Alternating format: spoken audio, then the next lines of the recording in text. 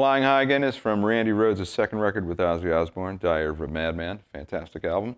And for that album, Randy tuned down a half step. So this song is played with the guitar tuned down 1/2 step. So let's tune up. Here's the 6th string tuned to E flat. 5th string tuned to A flat. 4th string tuned to D flat. 3rd string is G flat. 2nd string B flat. 1st string E flat. 1, 2, 3, and...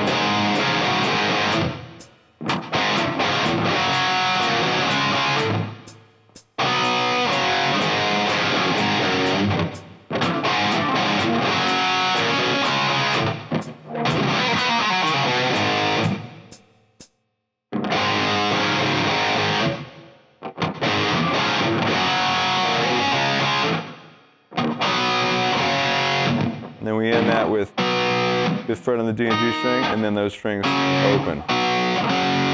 2nd time. What happens here, you're going to throw in that low G fretted with the thumb. And then the 2nd time, you fret it with your middle finger and bend it.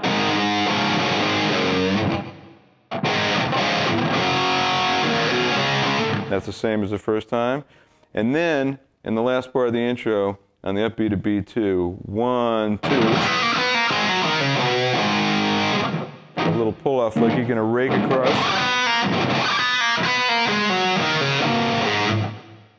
1, 2, 3, and...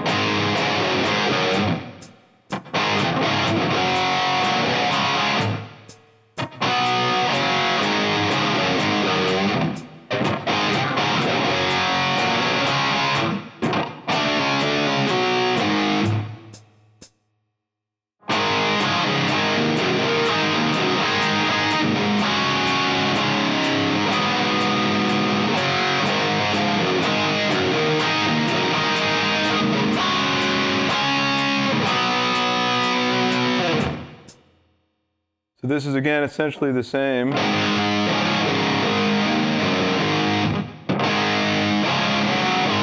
Just like the intro, we go to those open D, G, and B strings. But here, he's going to fret a full A5 power chord in that way. Then, and what you have here is, this is like D sus over A to D over A to C over A.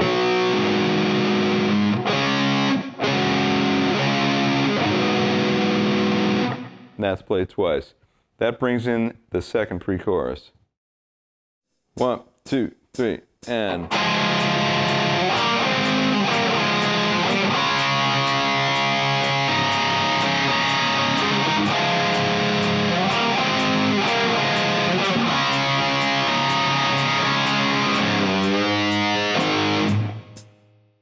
Right here, we're transitioning to the relative minor, F sharp minor, and he's playing double steps on the D and the G string. 4th fret, 2nd fret. And then you're going to move up 6, 4, 7, 6.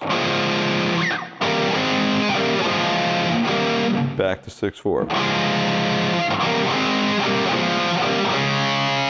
Then we go to a D sus chord. That repeats. And then he has a little tremolo arm. But Randy oftentimes would get little dips like that by pushing on the headstock of his guitar. 1, 2, 3, and...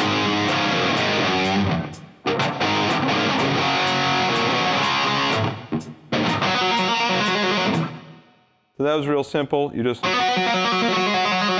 moving down the G string while trilling. 1, 2, 3, and...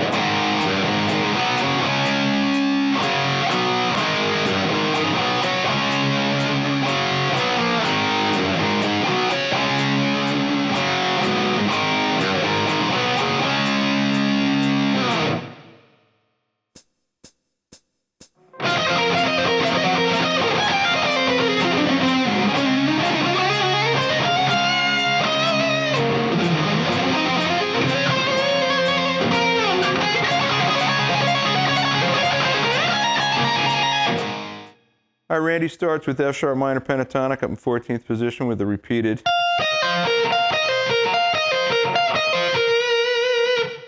So I'm pulling off 17 to 14 on the B string.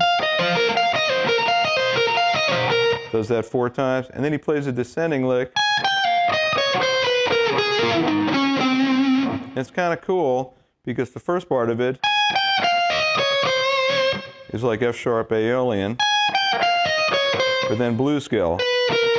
And then it goes back to Aeolian at the end. And then the chord progression goes to D, and he plays a D major lick.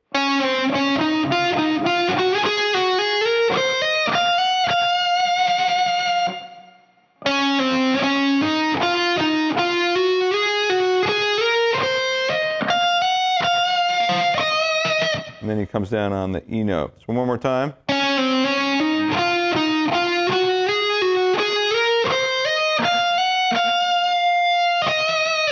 Chord progression goes back to F sharp minor, and here's where he plays an F sharp minor pentatonic lick with palm muting.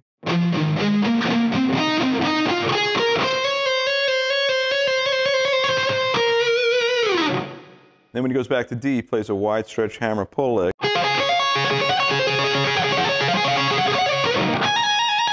And he ends with a quick trill, 17-19.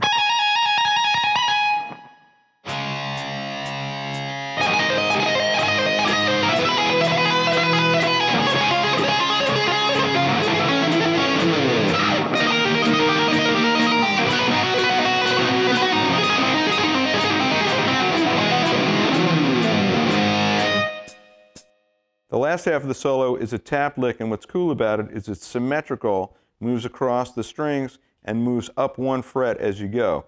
So we're starting over A.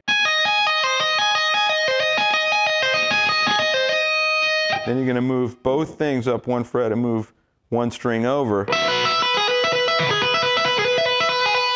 And that goes over F. Now, because it's fast, it has a cool sound. You kind of... You don't necessarily hear it as these 16th note triplets, but that's what it is.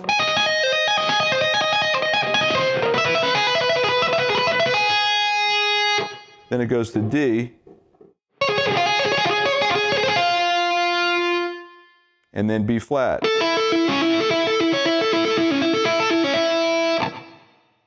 Then the chord progression moves to E, to C, to A, to F.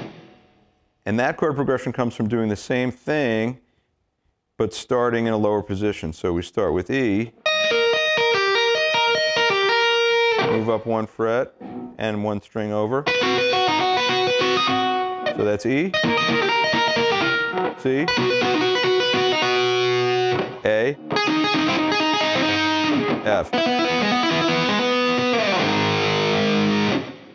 So when you're listening to Randy Rhoads' solos, listen for all of this scale activity and the changing of positions, scale positions as you move along, and the way he combines minor pentatonic, blues scale, Aeolian, Dorian, and he does it in a seamless way, in a very musical way, which is one of the reasons why guitar players still love Randy Rhoads and think of him as one of the greatest rock guitar players ever. I'm Andy Aladort. See you next time.